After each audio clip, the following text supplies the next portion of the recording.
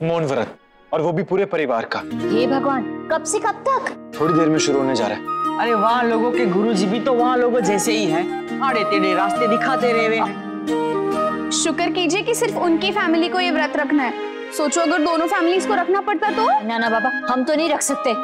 वैसे हमारी फैमिली के लिए चुप रहना थोड़ा मुश्किल है। नीचे आ गया फोन। भाभी माँ मत उठाइए प्लीज मत उठाइए। हाँ दादी, हमको भी बोल देंगी व्रत रखने को। हाँ हाँ, हमें नहीं रखना ये व्रत। और ऐसे कैसे बिना बात किए रहेंगे यार? उठाना तो पड़ेगा ना छोरे, ना उठावेंगे तो बुरा लगेगा कावेरी। नहीं भाभी मत उठाइए, हम जानबूझ के हमारा मजाक किरकिरा नहीं करेंगे। मत उठाइए। नहीं मतलब हम मना कर देंगे, पर कोई उठा तो लो। मैं तो नहीं उठाऊंगी, मुझे नहीं पता। नक्श तो उठा। हाँ जी, तो उठा। आप उठा। पर मैं क्या? बेटा तू दामाद है उनका, इसलिए तू मना कर सकता है। हाँ ये सही है, तुम ही करो।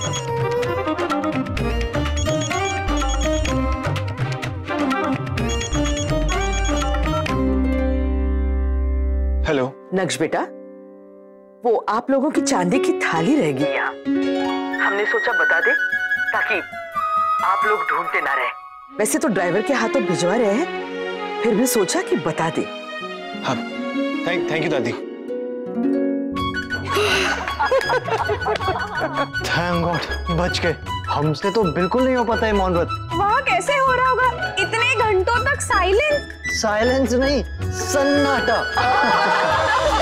जी भैया, वो सामान मैं चेक कर लेती हूँ, लेकिन जो लिस्ट मैंने आपको भी लिखवाई है ना वो बहुत काम। नहीं, इट्स नॉट पॉसिबल। आप हाँ, गेस्ट बॉक्स का सैंपल मिल गया मुझे। या हाँ, थैंक यू। हाँ ओके ठीक है। अभी तक तो सब कुछ हो जाना चाहिए था। शगुन के थाल में कोई कमी नहीं रहनी चाहिए, और स्टाफ को बोलो ना मदद करने को। कितने वोट के बोल रही हो? सर जब मैं उधर गया तो दुकान का मालिक था नहीं उधर। एक लड़का था, वो बोलता कि उसको कुछ पता नहीं है। आप थोड़ा जल्दी बोलेंगे, मेरे पास टाइम कम है, मुझे और भी काम करने हैं। सर उसने सिर्फ ये 4 बल्ब ही दिया है, 0। आप प्लीज रहने दीजिए, मैं खुद ही कर लूंगा। Thank you so much, God bless you. तंग आ गया हूं मैं, सारे काम खुद ही करने पड़ते हैं। एक काम करो। आओ नायरा, मैं कब से ढूंढ रहा था तुम्हें। तुम यहाँ पर हो।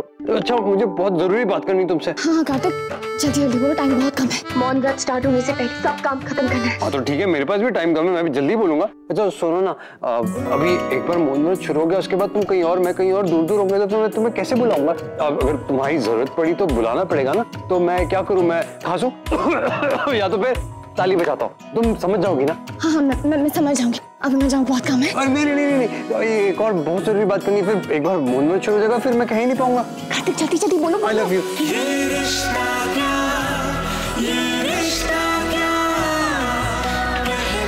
I love you too.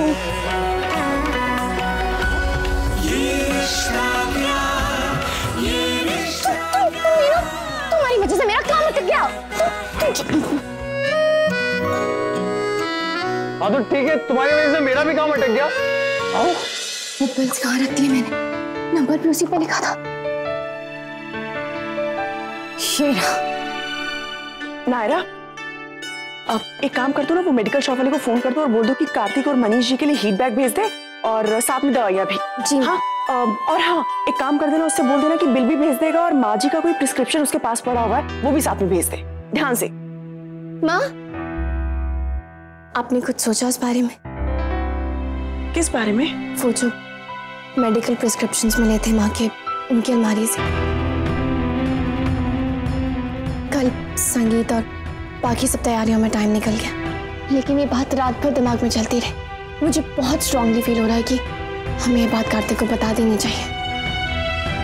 देखो नायरा, ये बात मैं और तुम मिलकर तय नहीं कर सकते हैं, प्लीज समझने की कोशिश करो। अगर मनीष जी ने ये बात छुपाई है तो कुछ ना कुछ तो कारण होगा ना। या तो वो वजह बताए, या तो कार्तिक को बता दे कि उसकी माँ की दिमागी हालत ठीक नहीं थी।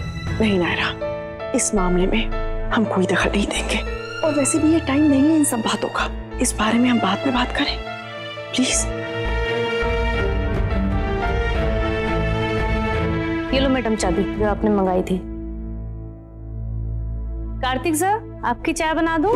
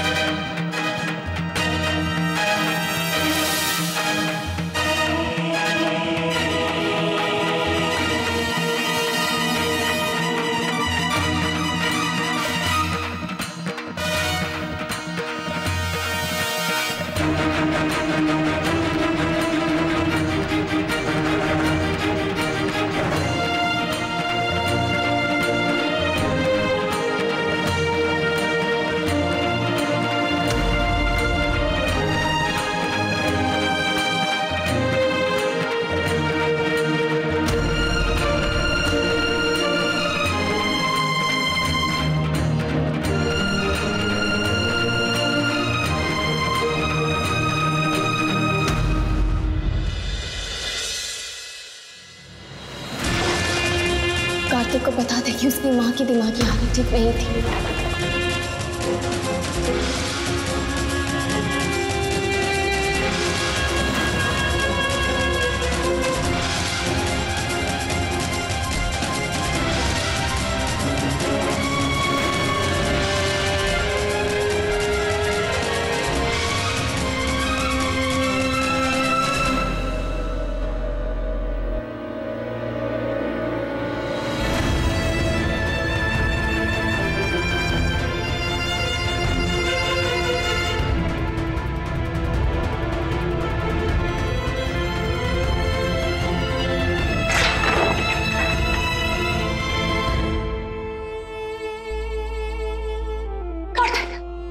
एक बार मेरी बात सुन लो। जितना सुना है उतना काफी है मेरे लिए, और कुछ नहीं सुनना मुझे, कुछ नहीं सुनना है।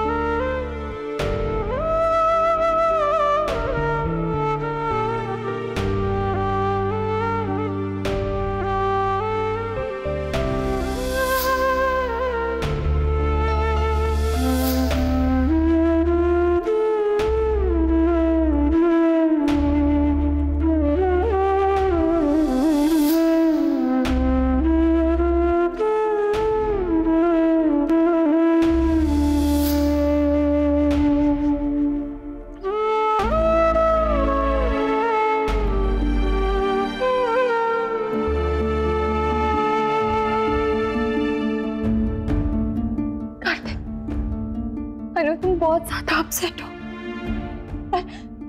एक बार मेरी बात सुन लो।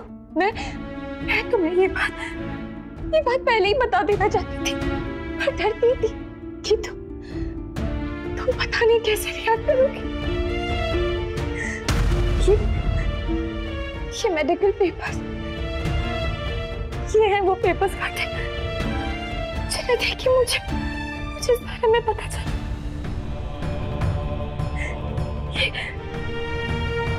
देखो कार्तिक, देखो इन्हें और मुझे बता तुम्हें इनसे क्या समझ में आता है।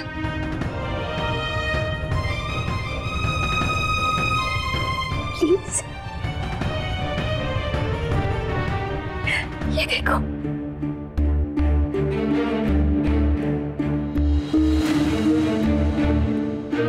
ये बात तुम्हें पहले ही बता देना चाहती थी कार्तिक, पर उन्होंने कहा कि इस बात का फैसला मिस्टर गोइंका करेंगे कि वो ये बात तुम्हें कब बताना चाहते हैं। And I'm sure इसके पीछे कुछ बहुत बड़ी वजह रही होगी जो तुमसे उन्होंने ये बात छुपाई। मेरी माँ पागल नहीं थी।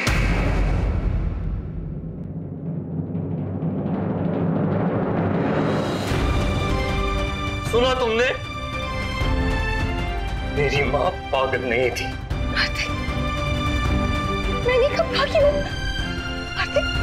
मैंने सिर्फ ये कहा कि उनकी बीमारी काफी सीरियस। कोई बीमार नहीं थी वो, तुम जानती हो या मैं? मेरी माँ थी, वो पागल नहीं थी।